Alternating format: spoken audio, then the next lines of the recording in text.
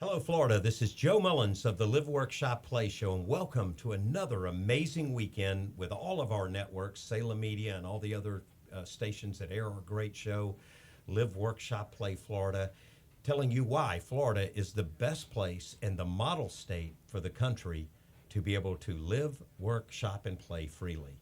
And I have two very special guests today that are showing me why and big examples of why this state is a great place to live. I have got Carmen Edmonds she is the chair of the Hillsborough GOP. Carmen, welcome to the show. Thank you. Thanks for having me. And I've got a very good friend of mine, a dear friend, Ola. Ola, now you live in the southwest part of Florida. Correct. I always say Naples, but it's not actually Naples. Well, Fort Myers. Fort Myers. Fort Myers. You know, everybody goes, oh, Naples is the only area, but there's some beautiful. Fort Myers is a beautiful, beautiful Oh, area. yes. You love that area. Fort Myers has definitely been in the news many, many times, especially during hurricane season. It gets Oh, clobbered yes. so many times. I remember going down there just a few months ago and seeing I was staying at a beautiful hotel downtown in Fort Myers, rooftop bar. I looked out, I can't remember the name of the hotel, but I looked out and saw this little water area. And I got looking a little closer, and I said, "Oh my God, is that boats that are upside downwards?" Yeah. And then the person told me, I said, "Is that a boat over there? Somebody's boat just sank." He goes, "Oh no, that was from the hurricane. It destroyed us Yes. over here in all these boats." So you guys have made the news and been impacted very Of course. strongly. You have been such a dedicated resident there. I want the listeners to know you're involved in politics. You work with a congresswoman out of Indiana. Am I correct in saying that? I work, yes, I do. Worked with her out of Indiana, Ukrainian. I don't know her name, but you can. I work for the people. Everything that I do, There you go. the purpose of everything that I do, the sacrifice that I've given to moving to Washington, and then, but you know, I've lived in Florida for years, and I went from Venice, Florida, to Fort Myers, but I've been, heck, for 3+ years campaigning and working with hurricane victims in Florida, and I haven't given up. It's not just not just a race for me. I mean, before I put my name in the race, what did I do? I mean, I was still every day out there. Well, that's why I was wanting to know, and I didn't say you were running for anything yet, and I was going to hold that, but this is why. You have been very active and you've been very politically engaged. You've helped many people get in office. You've worked Yes. hard to get good people in there. Correct. You've been proud of a few. You've been disappointed with quite a few. Yes. They got in and promised certain things. But you have gotten to the point now where you've decided to make a very big decision, life-changing decision in your life. Yes. You are deciding that you're going to run for Florida CD19. Yes, it's interesting. We have term limits that you can sign before you get elected. I wish there was a certificate, or I wish there was a contract that, okay, as your campaign manager before you get elected, if you do get elected, you know, you are to do X, Y, Z. There isn't one out there yet.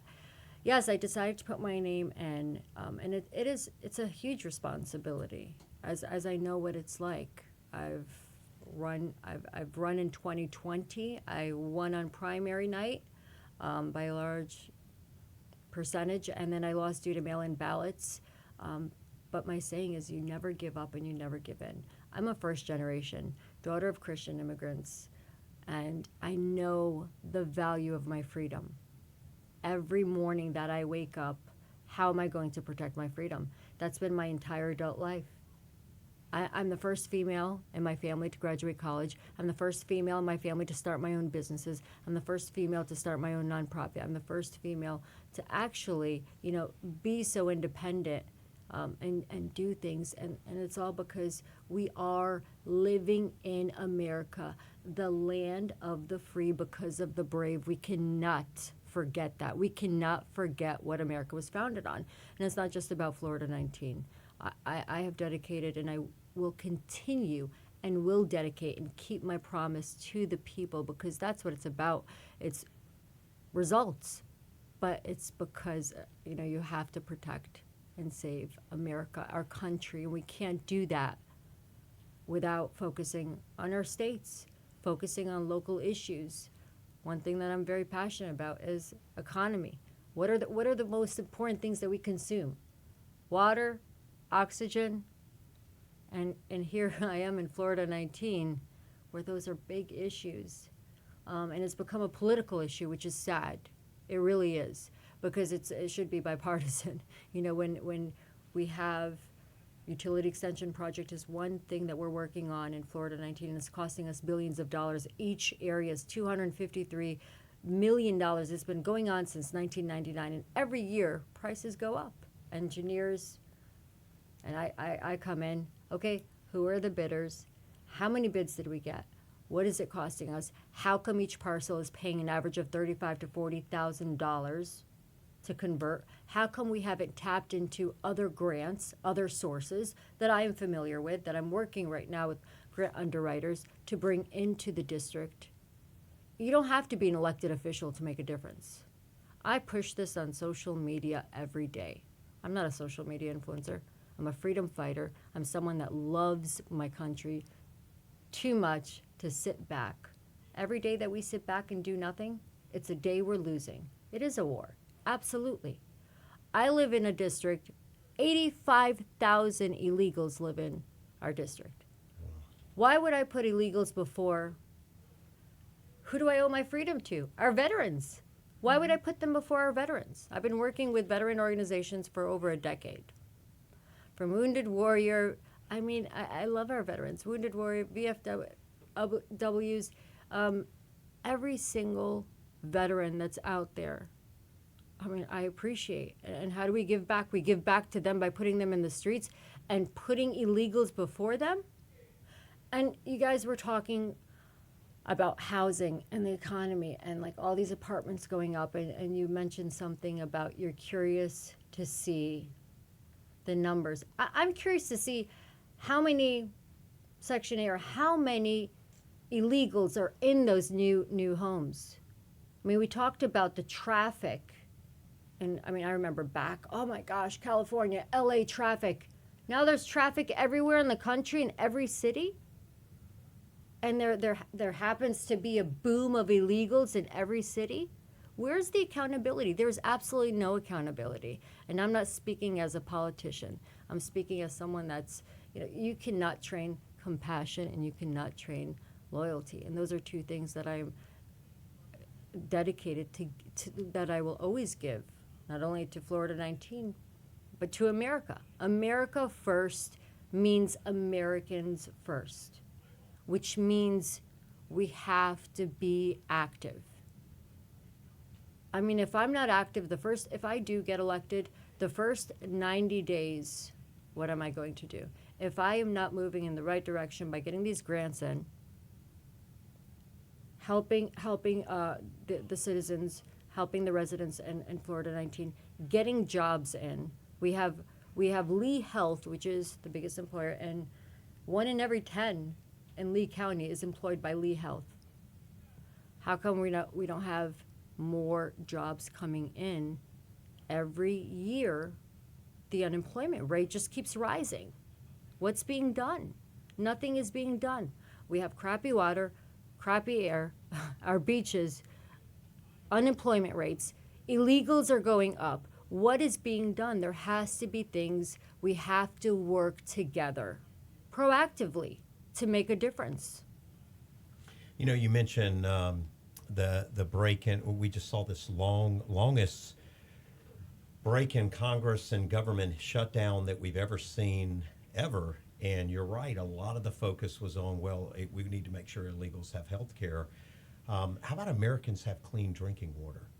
How about Americans have job opportunities? How about Americans have careers? Those are important things. Again, putting America first has become a very, very used slogan, but at the end of the day, define that. What is America first? It's not catering to others. I just got back from Europe. They welcome my money, they welcome my arrival, yep. But they didn't turn around and tell me I could have their country free reign and I could go do whatever. Mm-hmm. Matter of fact, I probably felt just the opposite.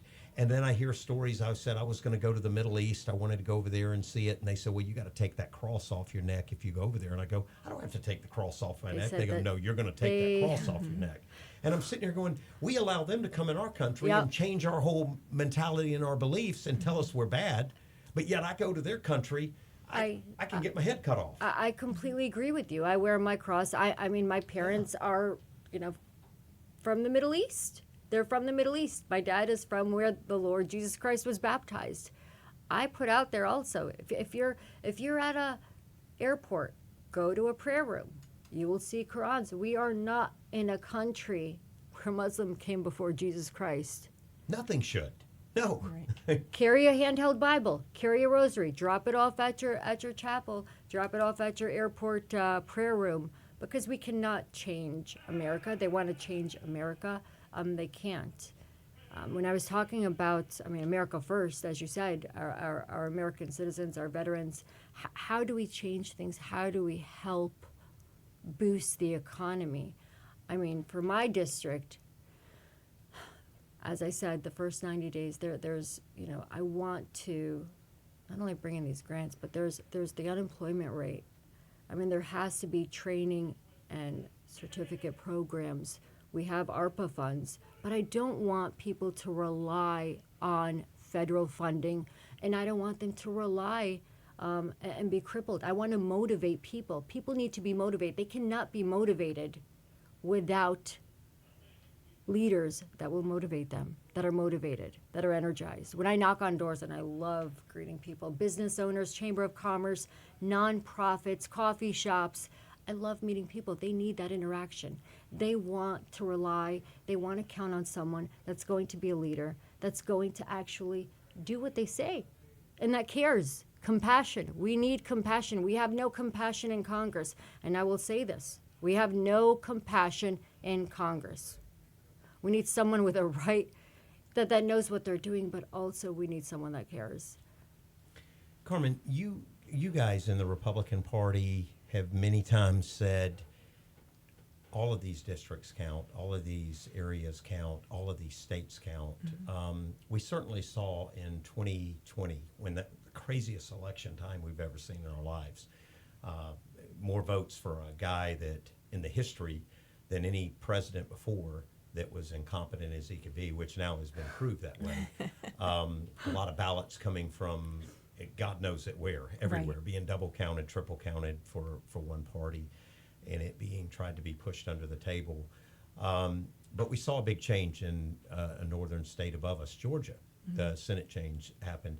You guys have been screaming to everybody, pay attention to all these races everywhere. Most of Florida is made up of people from 49 other states, mm-hmm, not just Florida, or other countries. How important is this district seat in Florida for the state of Florida and for the country?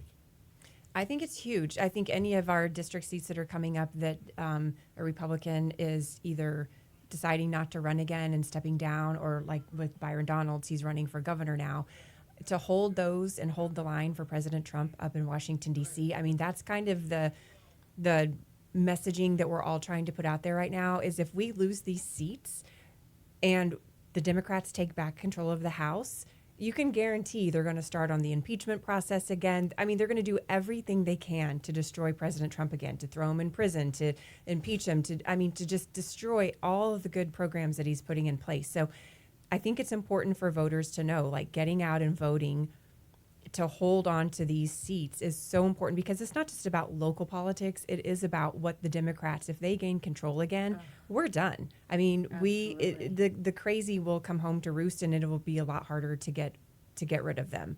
So I just think that getting out and voting, and we talked about this earlier, that the voting in the primaries is so important, and every state is different. So you talked about there's people that have moved here from all the other states, and every state has different laws regarding your voting, your voter registration, if you can vote in an open primary, closed primary. So just that's kind of my big push as chair of the party here in the county, is making sure voters are aware of what our laws are, that we are a closed primary state. So when you go to vote in August, if you want to vote for that Republican candidate, that's your favorite Republican candidate, you have to be registered as a Republican. And then there's a deadline to register for that. So it's usually 29 days, call it safe 30 days before that primary election happens, that you have to get your voter registration changed. So just that's really our role as a local party, is educating voters, making sure they're aware of the deadlines, making sure they know we're a closed primary state, and that don't throw your vote away. Get out there and vote in the primaries. And for school board here is nonpartisan,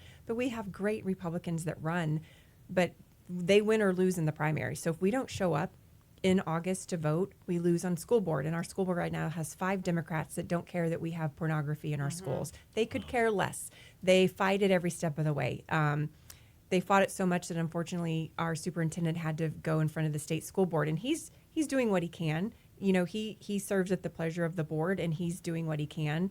I think he's a truly conservative guy, but when you have 5 Democrats on your school board that are just going way to the left of things, we have over 50, close to 50% of our third graders in Hillsborough County that are not at grade level reading in third grade.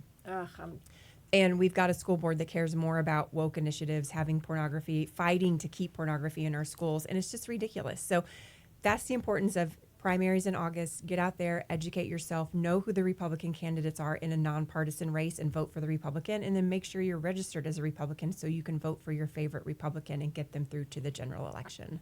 I'm so glad that you brought up school boards. I'm a state liaison for Moms for America, and that's such an important thing, is getting, I mean, it's become so political. Schools have become completely political. Well, you attack our youth, you've got us. That's Right. the way they want the future.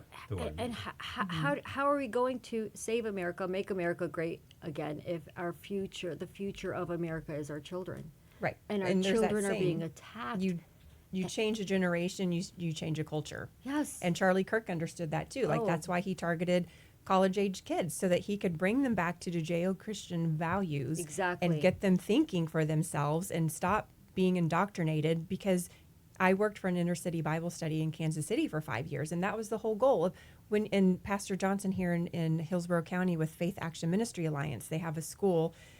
But if you can change the younger generation to get back to Judeo-Christian values, you change a culture. You have those kids that are going to step up, rise to the top, and be the leaders, and that they'll inject those morals and values back into our culture. Because I remember growing up, we talk about now we're such a melting pot. And we were back when I was growing up, but there was this just overarching principle, I think, that was this unspoken of, we were America first. You followed it didn't matter which country you were from or where you were born or how you treated others how you wanted to be treated. It was just these unspoken moral values from the Bible that infiltrated our school systems, our churches, our businesses, that were just kind of unspoken, but people just treated each other differently. And you see that that's changed so much over the decades. And it's really sad. We're a different culture, and people are so rude to each other. There's not the whole golden rule of treating others how you want to be treated and doing the right thing. And so I would love to see us get back to that as a culture. You know, you think about this, wouldn't it be great to bring some of our all of them that wrote the Constitution, our forefathers, back today, put them on a giant stage in Washington, D.C., and let them explain to our brilliant society what they meant by the Constitution. Right. Because so many people go, freedom of religion, separate of religion of state. That means religion doesn't go into government. I go, no. That means government doesn't go into religion. Right. Government doesn't start guiding religion. But have somebody come out and explain it to them, because the liberals in this far left movement, I don't even want to say Democratic Party, because this isn't the Democratic Party. No, it's not. It is not. To have the liberals, these far left people, come out and say that this is happening or that's happening or this is what they meant, it's totally wrong. It's totally not true. You go to other countries, you see it. You start seeing kind of why our forefathers did what they did. Mm-hmm. And then the best way to pull a person, we're on a battlefield. All of us are on a battlefield right now. We're fighting for this country. We're fighting for our freedom. We're fighting for our lives. What's the best way to get us distracted on the battlefield? Attack our families. Attack our children. we'll leave that battlefield in a second to go back and protect our family. There's not one of us sitting at this table. There's not one person in the military that if they thought their home was under siege, that they wouldn't come back to protect their wife, their husband, Absolutely. their kids, their families, their mothers in a minute. While we're out there fighting those battles, you brought up a good point, Ola. They're attacking our kids and our families. Carmen, you said it. It's happening in the school districts. We need to be aware of that. Well, there are no boundaries anymore, and that's the thing. They have pushed the boundaries to a point where they don't exist, and that thing that we, of course, do unto others as you want others to do unto you. I started Mommy Makeover, which was a company actually influenced. It was the first makeover company in the Midwest. It was influenced by a planner that I'd put together in Florida when I lived here about 15 years ago. Kids don't do as they're told. They do as they see, Right. and it's up to us. And yeah, we're here fighting for America, but we're here fighting for, to serve our purpose, protecting our country, but serving the Lord, serving God. Where is God in the picture? God needs to be first. Yeah. And I Jesus Christ needs to be first. And if people are it's so funny because now when people sneeze, if I'm at the airport and I say, God bless you, they don't say thank you. You know, they're so like, to say the word God is kind of like, no, Jesus Christ. You know, I'm going to say this all day long. They're so offended Right. by the word, and it's like, guys, that's not an offensive word. It's like a bad word to say now, or was. It's Right. not anymore. Thank God for President Trump and the movement that we all fought for. But for a while there, I felt like we were going to walk out of our houses and we were going to be shamed because we were Christians. And it was the pace that they were doing. It's Yeah. interesting because I haven't met, there are a lot of, I don't want to judge every liberal out there, but knocking on thousands of doors, I haven't knocked on a liberal door that had, a cross or an American flag outside their door. Yeah. And I think that's going back to some of that that's the lie that I think a lot of Christians bought into for decades, because the government was like, oh, we got this. We don't need Christians in government. Let the government be the government, and then Christians stay home, raise your families, work, be good citizens in your community.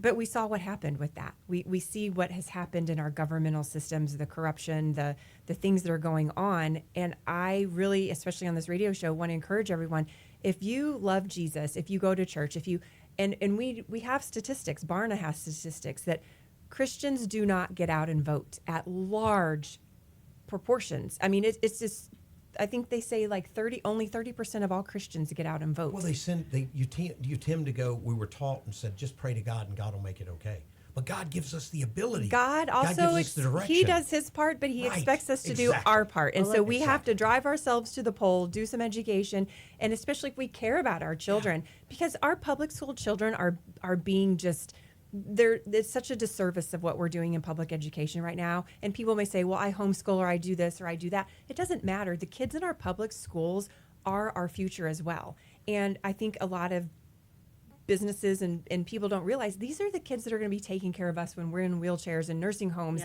or they're the ones that, and if they can't read and if they can't write and if they can't do basic math, we're losing our workforce. So whether you Yes. homeschool or not, it's still important, because these are the kids, your kids are going to be working alongside someday out in the corporate world. And we need to care about what's happening in the public schools as Absolutely. well, and get out and vote for good conservative school board members. I love seeing. When I grew up in the South, and it was very conservative. The mom stayed at home, and thank God, my mom was an amazing mother, amazing housewife. Even when my father died when I was 2, she still was his wife until she finished raising us, because she told me her job was to make sure she finished off us kids. She promised him if anything happened to him or her, they promised each other they would do that. Seeing women save this country, that's what I'm getting to. You guys save the country. There's no doubt. Well, women save this country, but I'm old school. I'm sorry. I'm not one of those Hillary Clinton, Thank females need to, yes, women do, but men behind every strong man is a stronger woman. I always say that, Absolutely. You guys saved this country. It was amazing seeing what the Moms for Liberty, the Moms for America, just the moms in general did. And I knew it. All the mama bears. The day Yes. they attacked the All kids in bears. school, I went, they've screwed up. And a buddy of mine looked at me and he said, why? I said, you don't do this with mothers. I said, they have infuriated a quiet group. I said, one thing I learned is never go into a school and make a comment about a mother, because one can be bad. All of them are going to come in and defend that one. I learned that. My mom told me that when I was going through my divorce. She said, don't ever go in there and say anything bad, because Right. you will have them all turned on you. Yeah.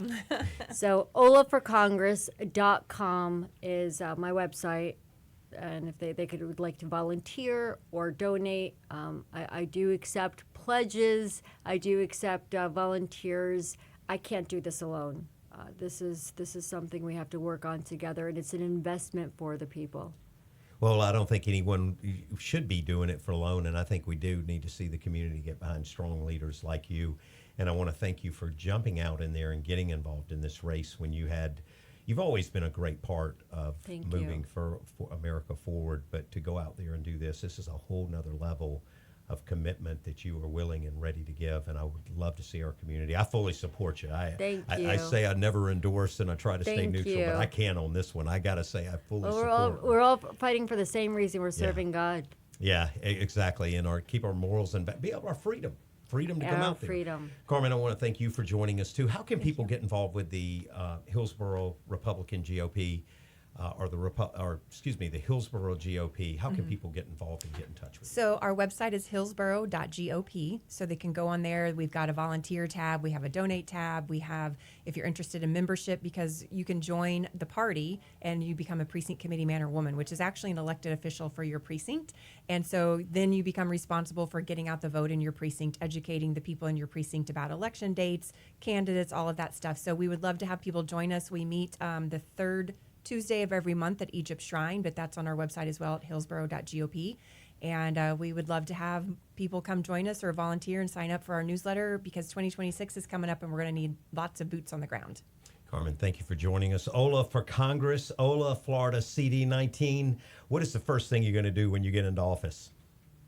Well, the first thing I think I'm going to do is make sure that these grants are implemented into our clean water.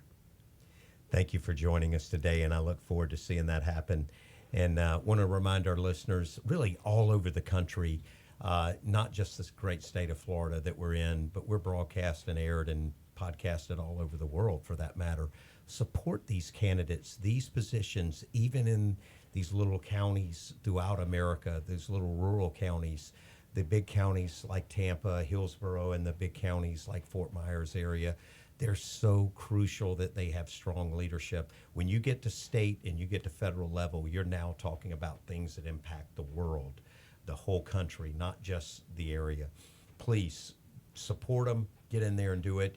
The area you save, or the area that you support outside of your area, could be the area that saves your area. And what I mean by that is when we see things vote in Congress and go, the majority rules. You want to make sure our majority is strong, faith-driven, strong conservative people. And that's why GOPs like Hillsborough are so important to have, because they help get the information out on who the right candidate is. Thank you guys for joining us. Thank you. And remember, live, work, shop, play Florida. Have a great weekend.